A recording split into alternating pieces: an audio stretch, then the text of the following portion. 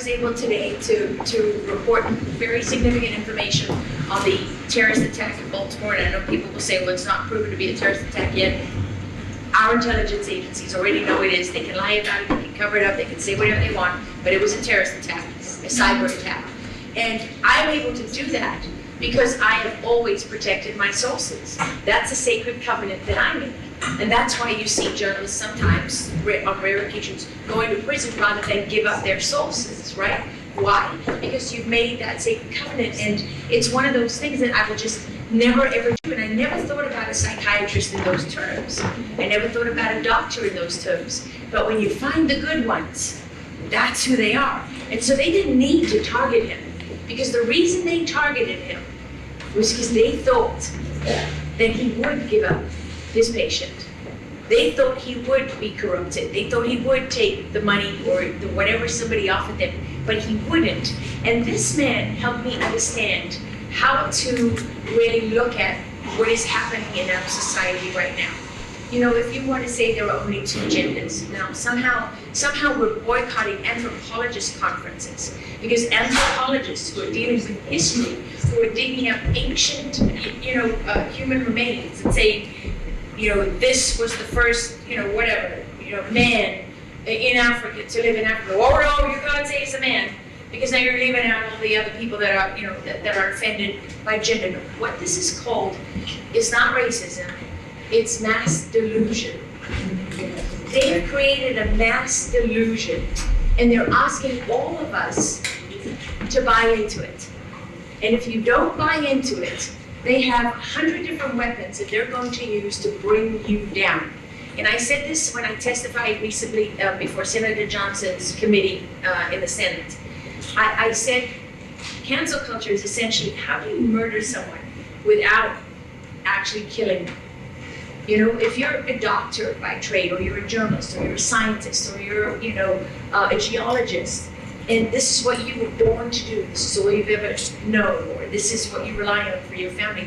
When you make somebody unemployable in their chosen profession, you don't just take away their means to support their family. You make them completely non-functional, right? I mean, it is the death.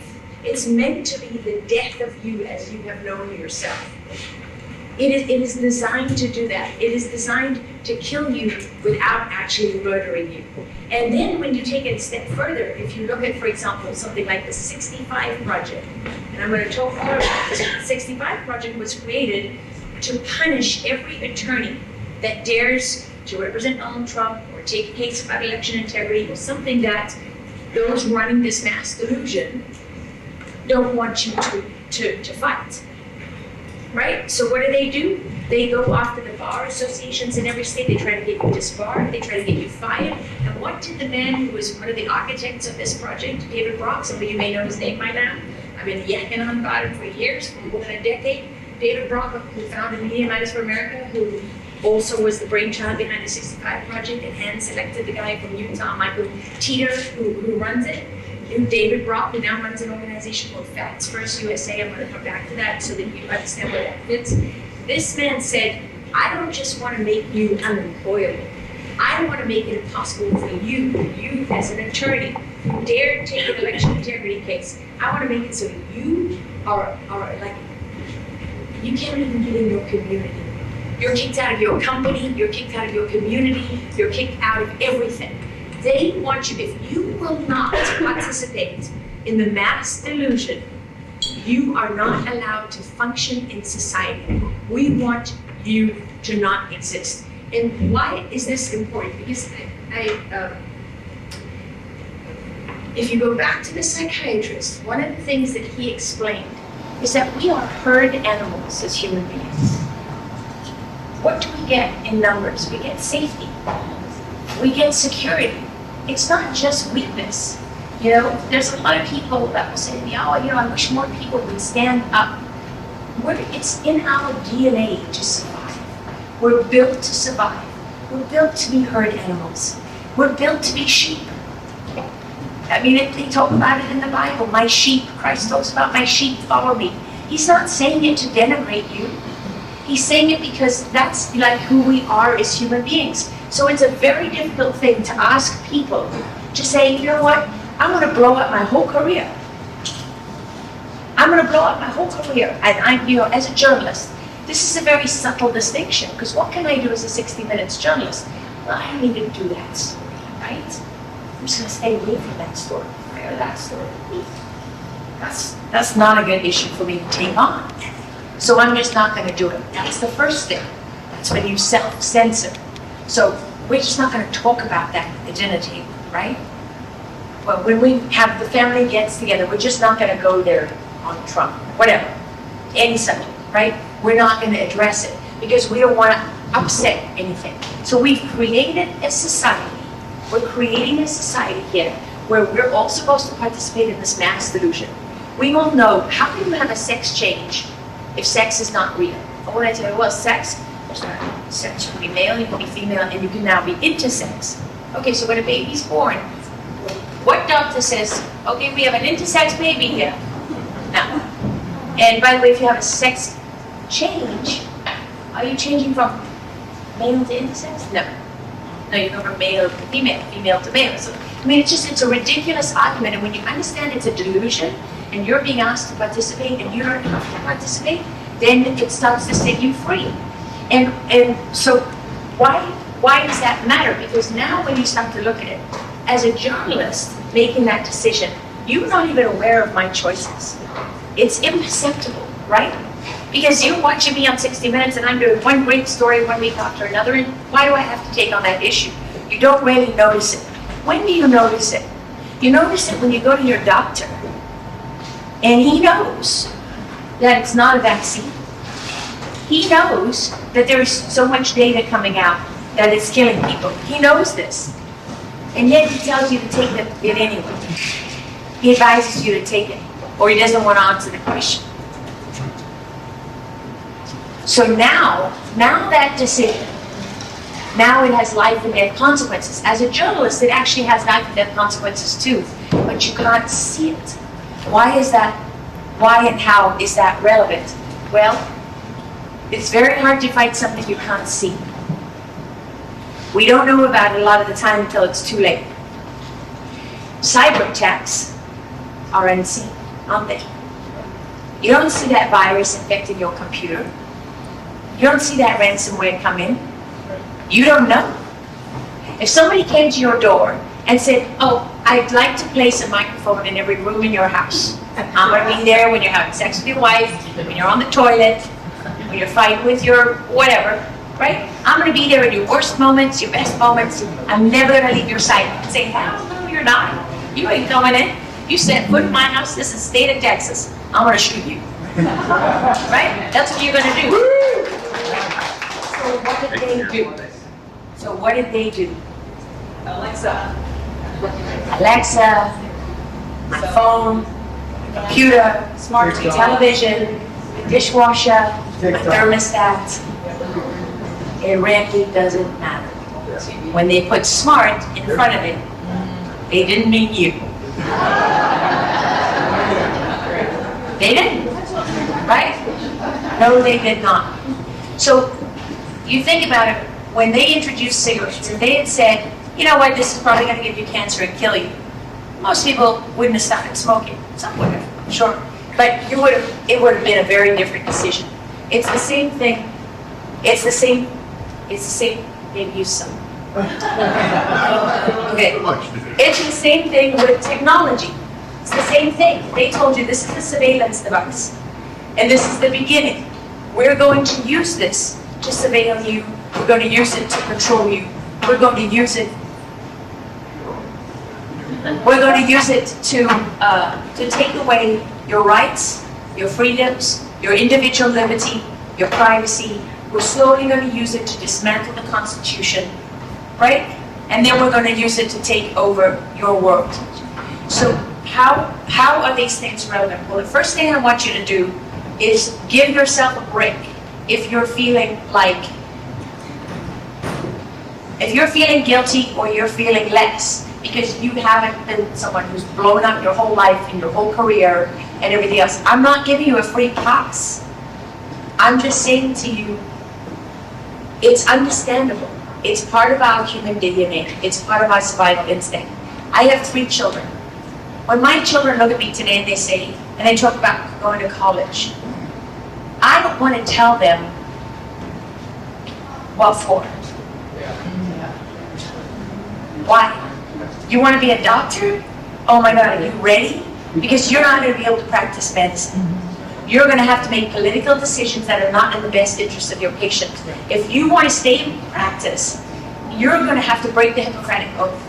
That thing, what motivated people to be a doctor? What made you want to do that? I mean, we have Karen Young, where are you? David Young. In our ER, we have doctors that get up at 4 o'clock in the morning and go and work 12-hour shifts in the ER. David one day came home from work and he intubated his last 4 patients. That's 4 people whose life he held in his hand. Every decision he made, every second mattered. And he does that day after day after day, and in 30 years he's never been sued once. Now you're going to ask that man, you're going to ask him to send his patients to their death, potentially, to give them advice that he doesn't know to be medically sound in order to save his skin? I just spent a few hours, I have spent years talking to a special forces operator. I spent a few hours on the phone with him last week. He would not take the vaccine, or the whatever you want to call it, because it's not actually a vaccine. Vaccines prevent the spread of a disease, this one doesn't. It's not a vaccine. So I'm not saying that to be controversial. I'm sure there's people who've been vaccinated in this room. But I'm saying this to you because this is a reality, okay? This guy went to his commander with his concerns about this. They were ideological, they were religious, they were health. I mean, he brought the whole package. He wrote a 32-page objection why he didn't want to take the vaccine. His commander looked at him and said, I know it's true, but I've got kids and a wife to think about. So you as a commander sent some of your soldiers to their deaths because you didn't want to upset your wife and kids in your life. So it's an understandable instinct to protect your community, your business, your family, your financial interests, your well-being. All of that is understandable. But I just want you to know, because it's understandable, does not change the consequences. God spared me that decision. I do not stand before you today as a person who can say, I raised my hand, I volunteered to blow out my 60 Minutes career. I'm this noble person that had the courage you haven't shown. I'm not coming to you as that person. God spared me that decision. Because when I went down the Benghazi trail and started reporting on that, I had no idea. I'd never heard of David Brock in Media Matters for America. I didn't know that he had literally hundreds of employees, millions of dollars, and every single asset he had was devoted to bringing me down and murdering me without killing me. I did not know that. I didn't know that the most powerful people in America wanted me to die and never report again. I didn't say, I'm going to face off these people. I had no idea. So my decisions were very, very different. But we are now in a moment, and my husband said this to me years ago, and he was right. For years we were saying, it's like we're like the Jews in the Second World War. Like we're on the death march to the concentration camps, and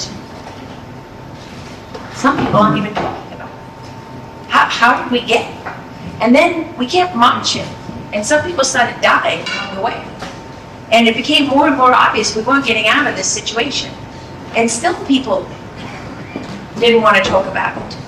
How many people said, I don't watch the news anymore. I just can't deal with it. Understand this, when you do that, you just took strategic ground and you surrendered it to the enemy. That's what you did. Whether you want to admit it or not, whether you can deal with it or not, that doesn't change the path that we're on. So you can get involved in your ranching, you can get involved in your church, you can get involved in your grandkids, whatever it happens to be. Your life, you're a young person wanting to build a future, you can do all of that. But you have done nothing to alter the path that we're on. Nothing.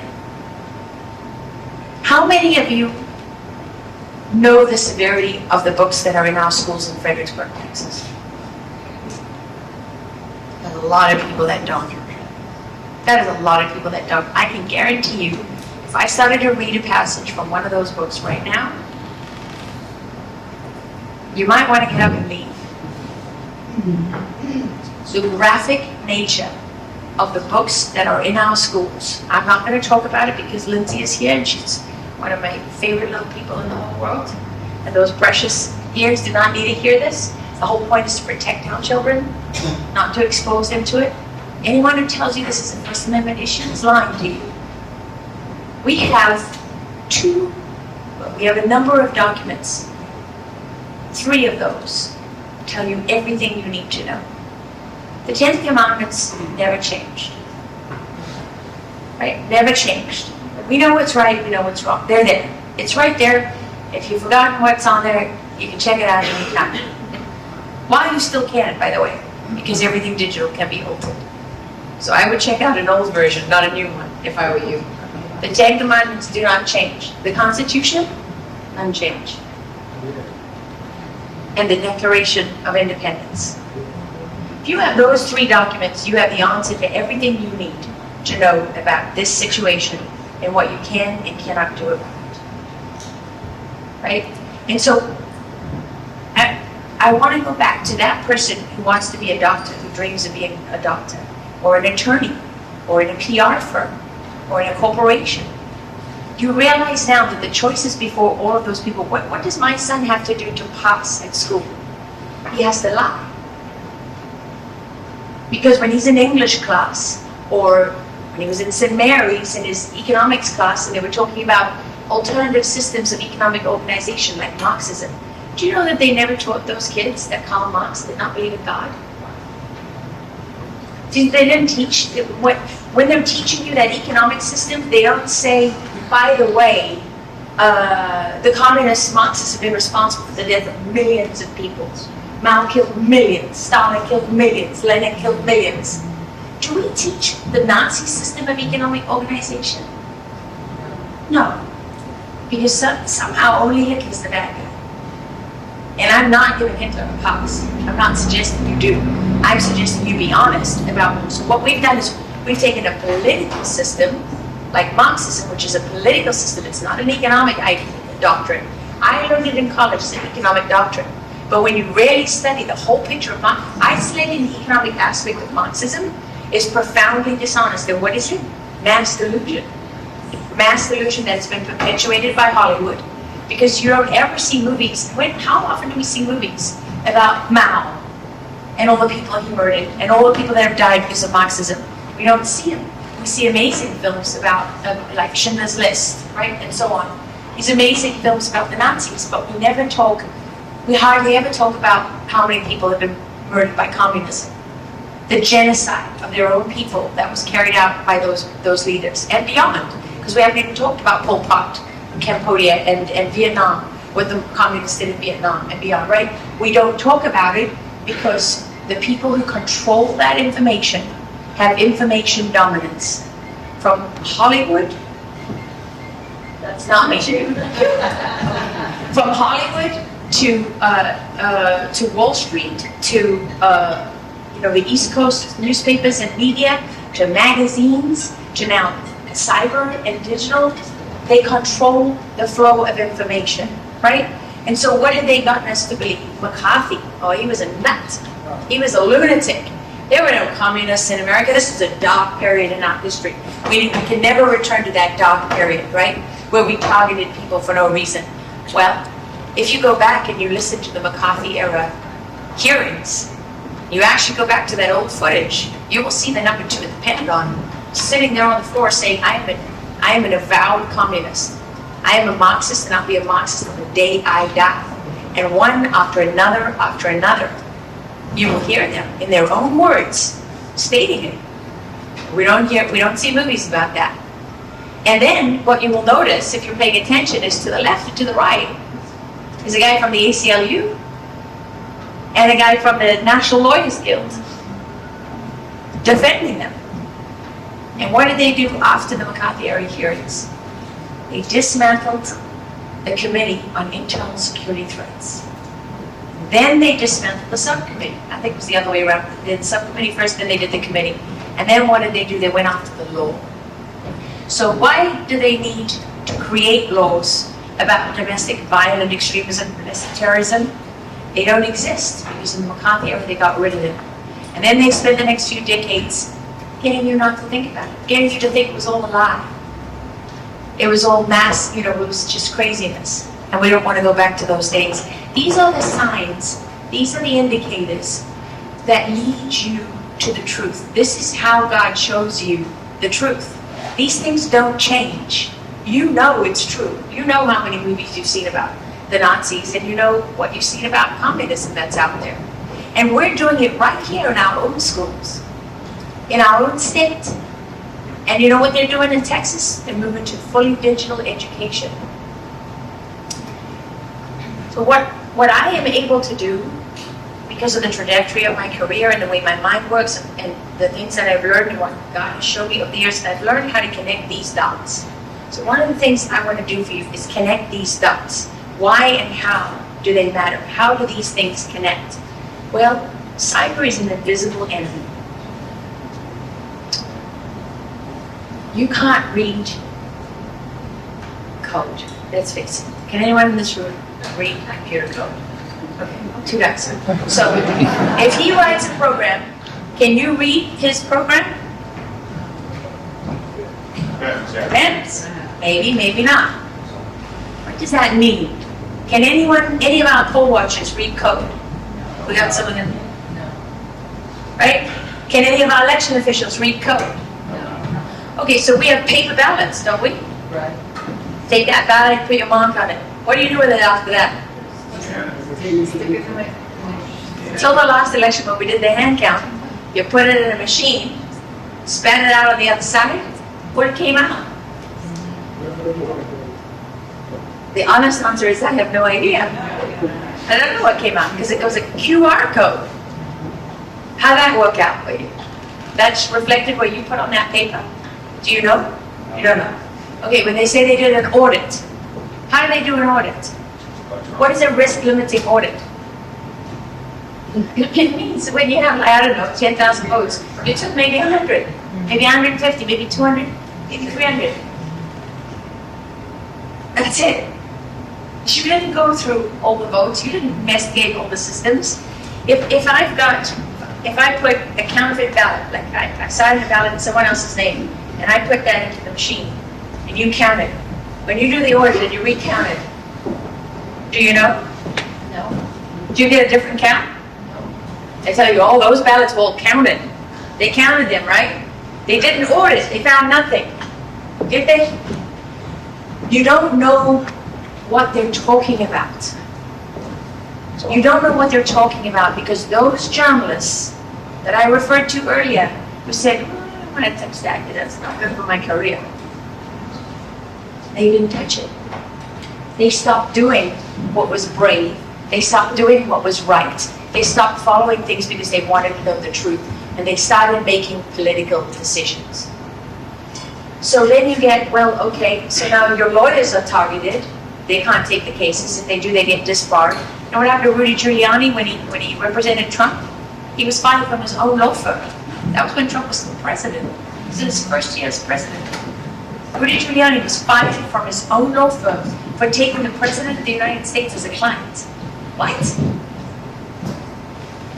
What happened to innocent until proven guilty? Everybody's entitled to a defense, entitled to a fair investigation, you're entitled to a free and fair trial. This is not about Donald Trump. I really want to emphasize something here. For people who say it's about Trump, it was very clear to me from day one. When Hillary Clinton made that speech in 2016, when she talked about the basket of deplorables, who was she talking about? The American people who do not participate in the mass delusion. Okay, Grover Cleveland was the last president of the United States of America more than 130 years ago who was an incumbent, who got more votes from every single demographic, his own base, within his own party, African Americans, independents, Hispanics, and somehow didn't win the presidency. Okay, so how does that happen? Not naturally. It doesn't happen naturally, because if it did, it wouldn't have been 136 years since the last time it happened, right? So why does that matter? It's not about one man, it's about the people.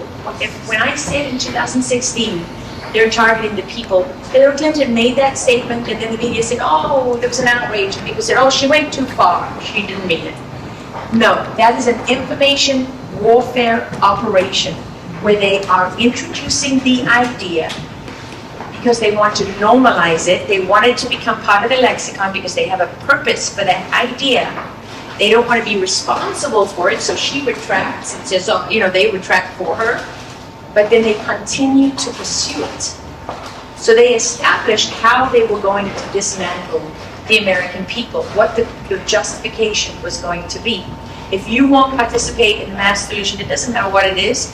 It could be COVID, it could be gender, it could be the books in schools, it could be a rancher. You could be a rancher and know, oh wait, let me see, my cattle are not poisoning the earth. How about that? You could be someone, you could be a hippie from San Francisco who's been eating organic all your life, knowing that it's healthier and better for you. You could be a doctor at Johns Hopkins, like the ones I had lunch with when I was their guest speaker at their main event, and know that your immune system is the answer to everything. I was at an event at Johns Hopkins, I was a guest speaker more than 15 years ago, and they already knew that that within your immune system, you have the ability to combat everything. Now, can you access it? Is that the part of your immune system that prevails? Can you counter the negative aspects? All of those things were what they were harnessing. They now believe that your immune system can do more than chemotherapy and radiation to counter cancer. Now, they're not there yet at harnessing the full power of that, but that's what they actually believe. That's what the brilliant medical minds, the most brilliant medical minds in America, actually believe about health until COVID. And then suddenly the immune system wasn't good enough. Suddenly, Black Americans who are historically low in vitamin D, suddenly they were experiencing high rates of COVID because of racism and not because they were low in vitamin D.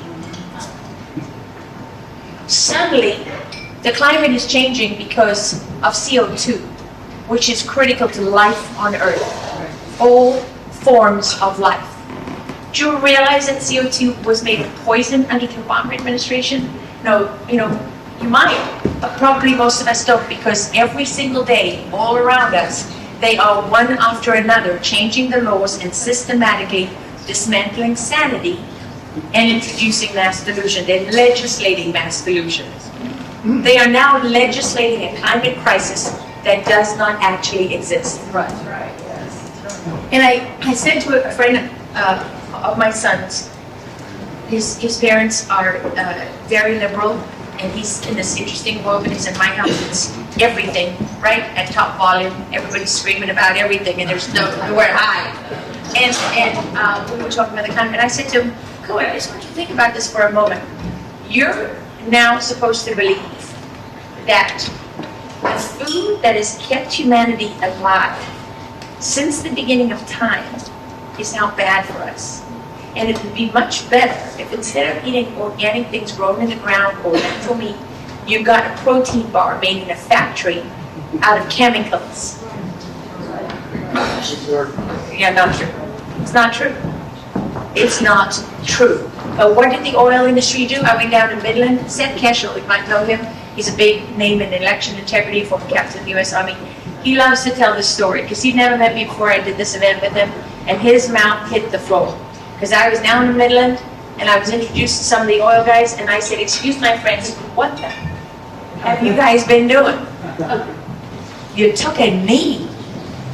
You took a knee to the globalists and these evil people that are destroying our food supply and our energy supply, you took a knee. You took the money, you looked the other way, you kept your mouth shut. Remember what I said, what is the cost of your silence? Every single direction you look, we are paying the price for this. The teachers who kept quiet when they brought Antifa into the schools, and transgenderism, and so on, and so on, and so on. The teachers, the doctors, paramedics, the nurses, the people that stitch kids together, when the few that are rescued from trafficking and know what they do to them, where are their voices? You chose to be quiet. You made a decision. You made a decision that's understandable, but now you're going to have to live with it. Why does that matter to us right now in this moment? Because back to what I said at the beginning, this is an election that is unlike any other election in the history of this country. I have never said that before. I don't like the word unprecedented because it's used too much, right? It's used way too much. But this is an unprecedented election. And I'm not here to tell you that Donald Trump is the Messiah and you just get Donald Trump into office and everything's going to be okay. First of all, I don't even know that there's going to be an election, number one. Second of all, the people who stole the last election are now in power. Mother Teresa can come back from the dead and run in this election, and I don't see how she's going to get elected. I just don't see it. Now, the good part of that is there's a lot I don't know. So that is by no means a definitive statement. But I'm just going to tell you, for those of you who are still sitting and thinking, well, I kind of like her, but I wish she would stop talking about the election because I don't actually believe it was stolen. So let me help you out. So how do we decide how many members of Congress we get? How many people represent us in Congress? It's a handy little thing called a census. Huh. Do we count illegals in the census? Yes. Yes. Are you allowed to ask someone's immigration status on the census? No. You already know the answer. How does California have so many delegates? Secretary of State. How do they increase their representation in Congress? Okay, so now the census has already been done, so that doesn't affect this election, right? Wrong. How? Because they created something called ERIC. I'm sure a lot of you know about it, right? The electronic registration system. So this is how, sometimes how smart these evil people are, because they realize, well, if we can get control of the voting records, the number of people, the people who are registered to vote, because everybody says, oh, you get dead people on the rolls who are voting, you get people who move to another state, they're voting, you get all these countries. So we're going to clean up the voter rolls. So we're going to introduce ERIC, and we're going to centralize it, we're going to put it on computers, and we can clean up the voter rolls. How many people have ERIC removed from the voter rolls? None. Never. They've been around now for, 15, 20 years. Removed no more. Texas was a member of ERIC. More than 20, I think it was 32 states were members of ERIC. We are now no longer a member, because after the 2020 election, people campaigned successfully to get you to understand what's really going on. Why does ERIC matter? Well, number one, you're centralizing the records. Centralization is how you reduce the work. It's all centralized. I don't have to go to every county and cheat. I just go to this place and cheat. It makes it a lot easier. That's one. How do I cheat? Well, if I never remove anybody from the voter rolls, why is that so important? Because you cannot have more votes than registered voters. You cannot have that. And by the time somebody's gone through the courts and cleaning up the voter rolls and blah, blah, blah, we know. Normally, you claim victory on the night of the election. The concession speech, look at the date of every concession speech in a presidential election in history. I think there's only one or two that took place on the day afterwards until 2020. So by the time, that ship has sailed. By the time you're cleaning up the voter rolls after the fact, that ship has sailed. So you have people like Judicial Watch and others who are fighting to do that. But you have 400 organizations who are fighting against that. Voter suppression, right? So what else do they do with ERIC? ERIC, you are not allowed to question or ask the citizenship of anyone who's registered on those rolls. You cannot remove anybody from the rolls on the basis of citizenship. So even after you've done the census, If you are updating your rolls with people like in the sanctuary states, full of people who are illegal, you are padding the voter rolls so that because you don't know how many people are going to show up on election day, you can figure it out pretty accurately. You can get close, but you don't really know. And this is what happened, right? They told themselves that Trump was such a demon that people weren't going to vote for him. And then what happened in 2020? They had a real problem because in those critical states, the vote got away from them and they had to shut down the counting and they had to rework the algorithms, get the result they wanted, and then they had to backfill it with registered voters and votes. That's why we needed time. I don't know how it's going to work this time, but the same people who did it last time are still in control. In fact, they have more power than they did last time. More. So you tell me, how do you break that system? Because nobody had to date, not one single judge, not one single courtroom, not one single county in this country has given access to a single voting machine. Even when it was ordered by a judge, they refused to comply and hand it over. And guess what? Just like the cyber attack in Baltimore, they can erase the footprint. You as a computer programmer can write anything you want. You can make it change the QR code, you can change one line, and it can have it change every 20th vote, or every 5th vote, or for 5 votes in a row, or whatever it is that you happen to need. You can make it do exactly what you want. That's before, so now you're just talking about, they're already cheating. This election is already being stolen right now, today. And by the way, what was Google doing? When you were Googling something in a Democratic area in 2020, the opening page for Google was a reminder to go and vote, with all the information and the links that you needed. They were doing that every single day. There's a guy called Dr. Robert Epstein. He's a Democrat, a hardcore Democrat, voted for Hillary Clinton, hates Donald Trump with an undying passion. Dr. Robert Epstein lives in secret, in hiding, under maximum security. He cannot divulge his location. Literally has to hide his children because his own party wants him dead. Because he did a film called The Creepy Line, which was how Google stole the election in India with search results. What they show you on your computer when you log on. And what they figured out was, say, okay, I don't like candidate X. So when you go candidate X's name, you don't get 20 negative articles because they bring in anthropologists and behavioral scientists and they bring in data specialists and they study you. They study the voter. Every single person in this room, every single person on the planet has a digital twin. It's not maybe, it's not if, you have a digital twin. And every single thing you have ever done in the digital realm has been captured and built into that digital twin. I mean, I'm talking literally if you've gone past the digital security camera that's tracking your location, that's been entered. We all have a digital twin. So when you say, well, I don't care that they send me an ad for this, and I don't care that they, so what? If I don't want to buy that, I don't have to. And I'm not doing anything wrong, so my privacy doesn't matter. It's not about selling you something.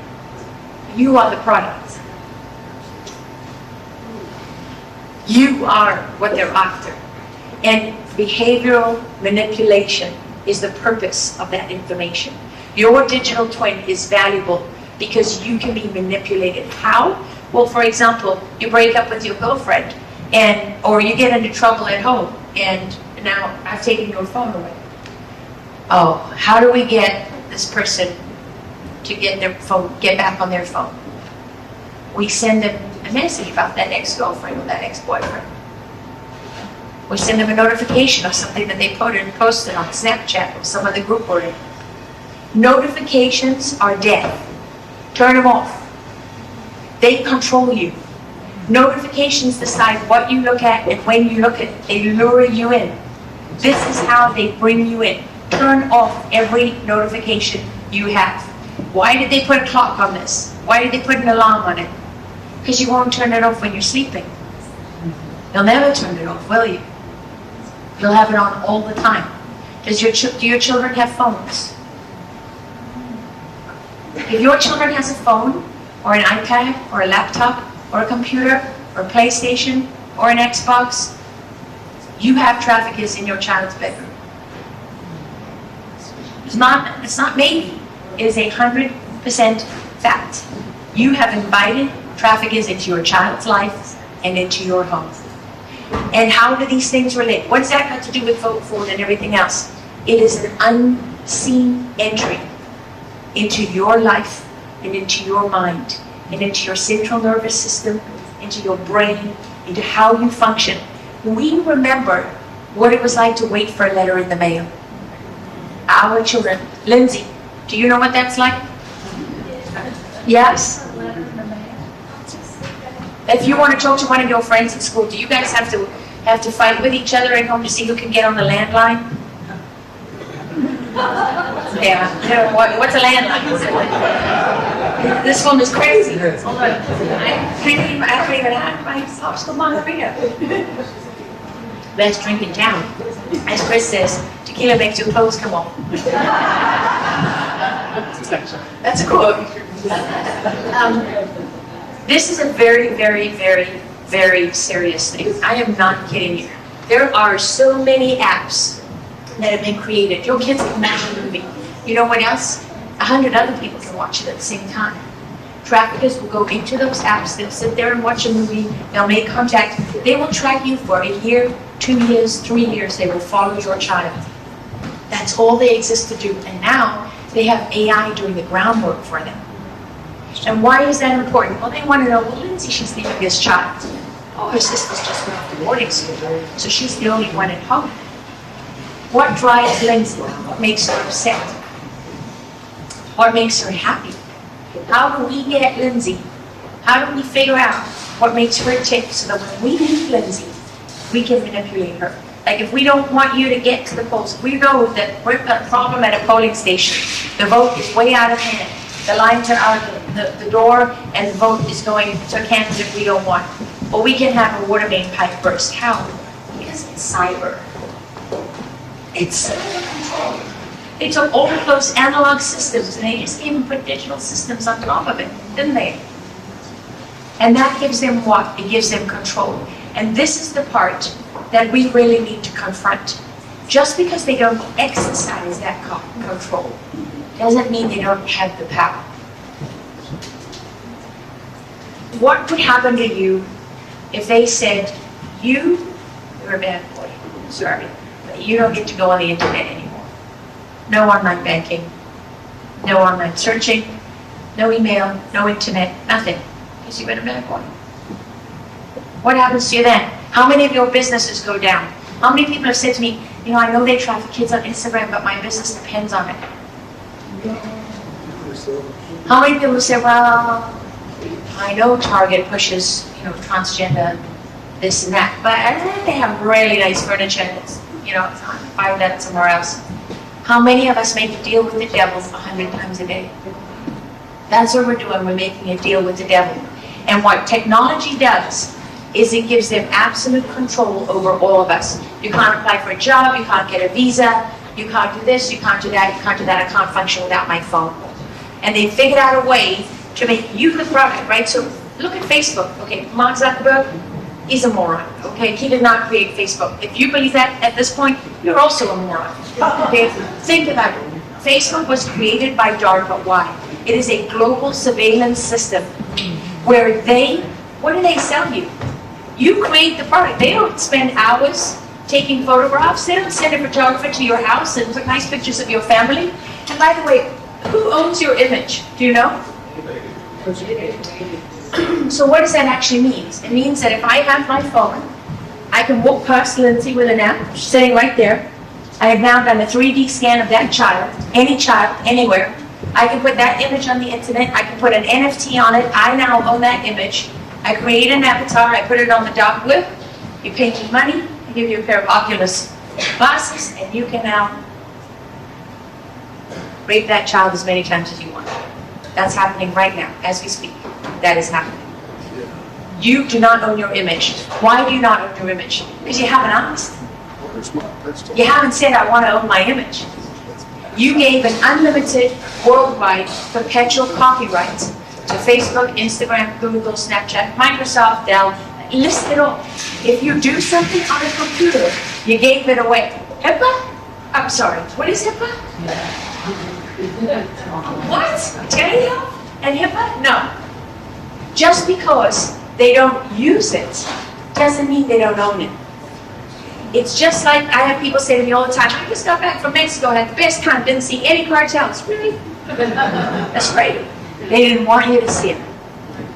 But when they want to, it's over for you. Right? Because you didn't ask. You didn't stand up and you didn't say, you know what? I need to know what's on my child's device. I don't need to use Google Maps. I need to know what digital hygiene is. I need to know how to clear out all my cookies. And you didn't ask because nobody responsible for that ever told you the truth. Journalists stopped doing their jobs. Tech guys, I see those guys. I want to kick him in the nuts harder than the oil guys a minute. Because they know. They know, and they've known from the beginning. They know that when you click onto Twitter or X for the very first time, and you say yes, you say, do you think that, I don't know, meat is good for you? Yes. Okay, guess what? You just now clicked yes, and you didn't look at the fine print and that question, and they now just did a digital troll through every single thing on your devices. And by the way, if you board into the family sharing plan and connect your devices and make it all easier, they just went through every single digital thing in your home, your dishwasher, it doesn't even matter. And they collected every single digital thing you've ever done. They downloaded that to your digital twin. Every single person sells your data onto somebody else. And they're buying it, and they're building that digital twin of every single one of us because it gives them absolute control. And then not only that, they created a system that logs into your central nervous system and changes how people function. What does it mean when they hack our DNA? What does it mean when Yuval Noah Harari, the scientific advisor to Klaus Schwab of the World Economic Forum, says humans are now hackable animals? Joke. Shh. What does that mean? What does it mean that we're hackable? What they have done is created a system where we expect instant results, right? So when I said, you remember what it was like to wait for a letter or wait for your next favorite TV show, not be able to binge watch. What that has done is create an immediate effect. It's reprogramming our central nervous system to prepare us for what's coming. They don't say to you, they don't show you the technology that they really have. They give it to you, it's called a term called fractionalization.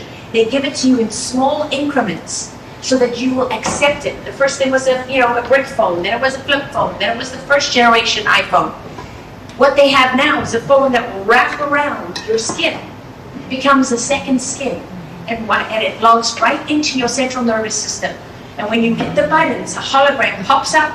Yeah. You might say, I'm not going to have that phone. I'm not going to buy it. You're not going to have a choice. Not going to sell anything else. You might say, I'm not going to buy an electric vehicle.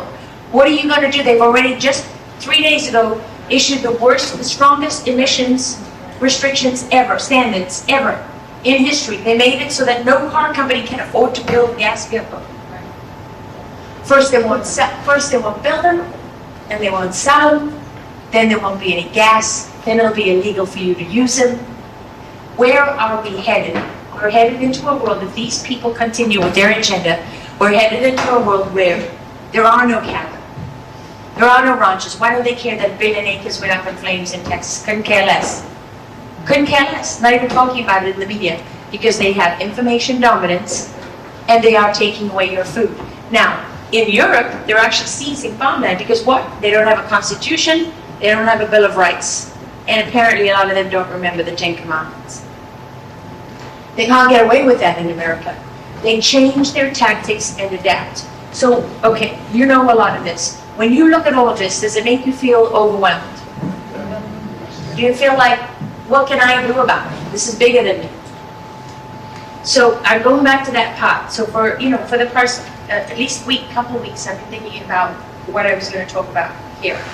And the last thing that I want to do is have you feeling the way I felt, which is like, what do I prepare my children for? Right? Because slavery is death to me. I'm never going to surrender. I realize we are born free. We are born free, and that's how I'm going to die. I've had a great life. I mean, I've had a hard life in some ways, but who doesn't have a hard life? Everybody has a hard life.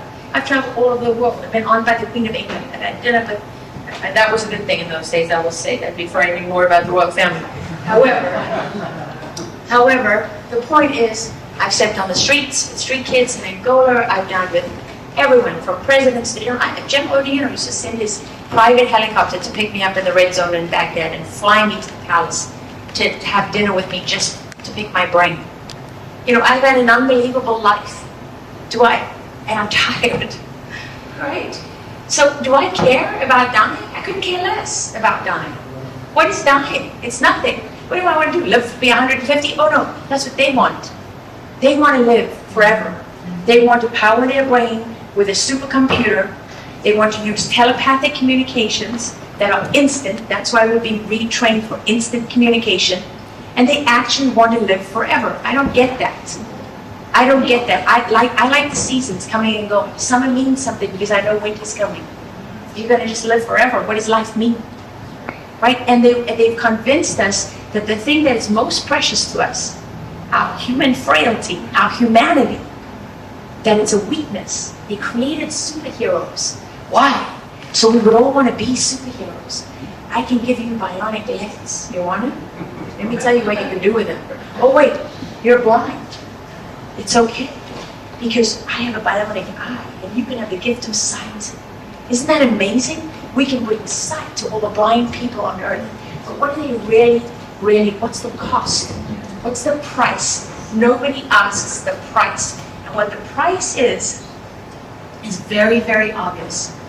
They have convinced us that the very thing that makes us most valuable, that human frailty, the life and death, that's a gift from God, that it means nothing. In fact, it's to be feared.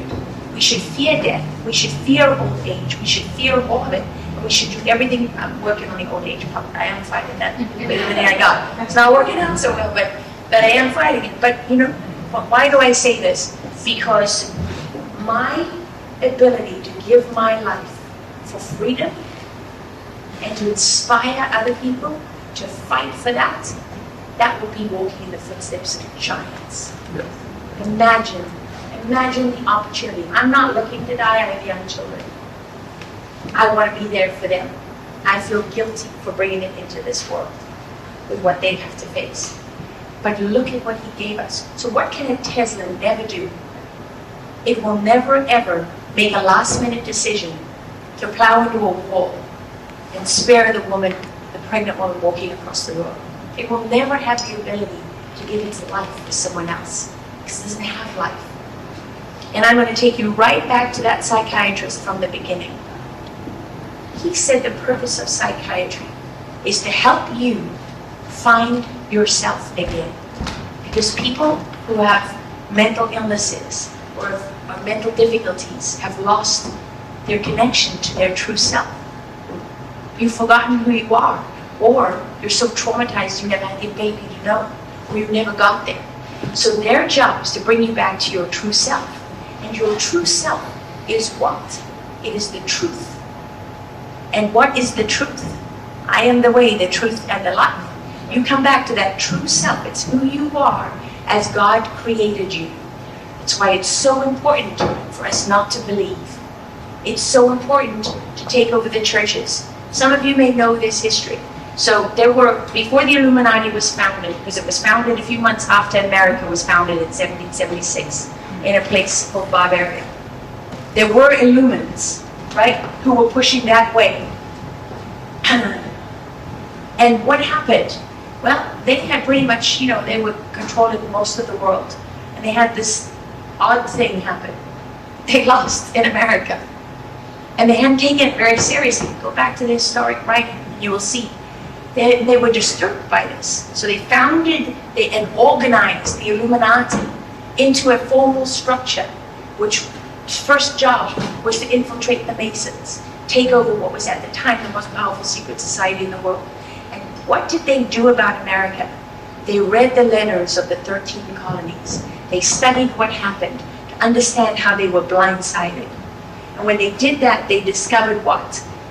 That the foundation of everything in America were the congregations and the churches. And they said, oh, that's not good. We got to infiltrate the churches and take that over like we're doing with the Masons. And it didn't work. So about 100 years later, they went where? They went to the seminaries. I have spoken to priests. One priest from Houston told me I was a secular humanist for my first 13 years as a pastor. I'm sorry, you didn't believe in God? What were you doing? Oh, we were doing pagan rituals inside the seminaries. And what have they been doing since the 1970s? Thanks to Carol Hicks Bolton, this is something I've been tracking. They have been changing the language and the words and the meaning of the prayers. They're now doing that digitally. They are already rewriting the Bible. So why does that matter? We know people cheat in elections. We didn't think they could do a presidential one in the US, but we know they cheat. Politicians on both sides, Republican, Democrat, right? We know these things are happening, but what technology does is give them complete control. It takes pickpocketing and turns it into global credit card theft. When Hitler made his speeches in Germany, they did not echo in every corner of the world. If you control Facebook, Instagram, X, Google, etc., how many people do you meet, do you reach on the planet instantly? Billions. Billions. So what technology is doing is taking all of those capabilities and putting it on another level. Marxism and socialism has a role. It was created as a system of social control. That's all it is, a system of social control. If you see an ism, fascism, they're all systems of social control. Who created it? Was Karl Marx from a rich family or a poor family? How did he write the doctrine of Marxism? Do you know? He was hired. He was paid. Who paid him? It's a historical record. You can look it up. Don't take my word for it. He worked at 14 Downing Street for the Rothschilds. They paid him to devise a system of social control. And he did. But it's no different than fascism. If you look at it, that's just another system of social control. Do they believe in free markets? Either of them? No. Do they believe in God? No. Do they believe in individual liberty? No. I mean, you go down the list, they're identical. You have been deceived into believing that these wars, these things are on opposite ends and there's something to fight. It's just like Democrat and Republican. Doesn't mean that there aren't real differences, but you've been forced to focus on the differences that are distinctions with no real meaning, so that you will be blinded to the reality. And so I'm going to finish with this. It's what I want you to know. Technology has a critical role to play in this, because the defund the police movement only makes sense when you understand that the plan is to police you through your technology.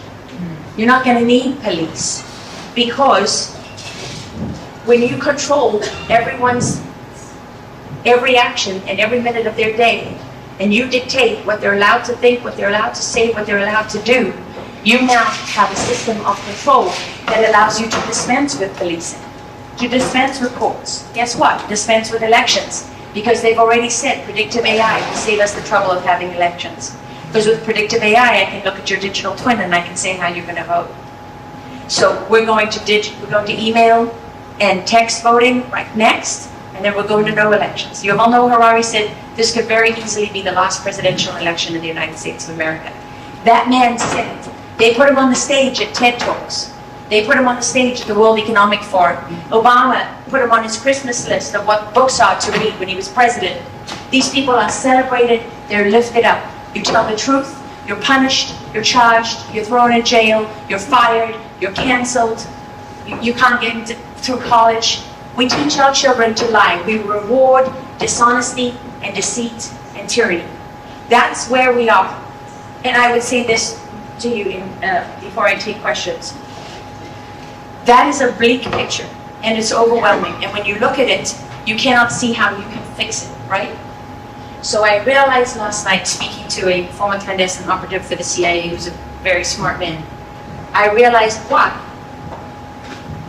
Because the solution is not in our hands. You know that every day you've got to give it to God. That doesn't mean that you get to lie in bed and you don't have to go to work and you don't have to be responsible, you don't have to do what you're supposed to do. It doesn't give you a free pass to do nothing. But what it means is that we are not in control. And that's what I realized again. When you try to control the outcome, when you try to think, somebody said to me today, there's no solutions. There are plenty of solutions. You can have an internet bill of rights. You can enforce antitrust legislation. Right? Imagine if you could do that. We don't like monopolies because we know what happens with monopoly power, but we allowed Microsoft and Google and Facebook to become monopolies. Why? Because we have no laws in the digital realm. Someone hacks into your security system, removes your firewall. Good luck calling the local sheriff. What's that going to do for you? 10 years ago when I graduated from the FBI Citizens Academy, they told me, we don't have enough agents in existence to deal on a daily basis with the cyber attacks that we get every single day. It is an invisible crime. Technology has a good side to it, we all know that, but unless we take control over it, we're going to lose the fight. But don't feel hopeless, because the reality is, you're just looking, when you have that feeling of being overwhelmed, you're just looking reality in the face. And that truth is very simple. We are not in control. So what you have to think about, really, is what is your relationship? What is your relationship with God? And I'm not talking about fake Christians, and I'm not pushing religion on you. I'm not doing that. I'm not saying that. I'm just saying to you, that flood is coming. And there's one arm. And you have to decide if you're going to be on the shore watching it go, taking in water, or you're going to be on board. And that's a personal decision. But that reality is with us. And if you didn't know it, you wouldn't be here this evening. So with that, I would really like to take your questions.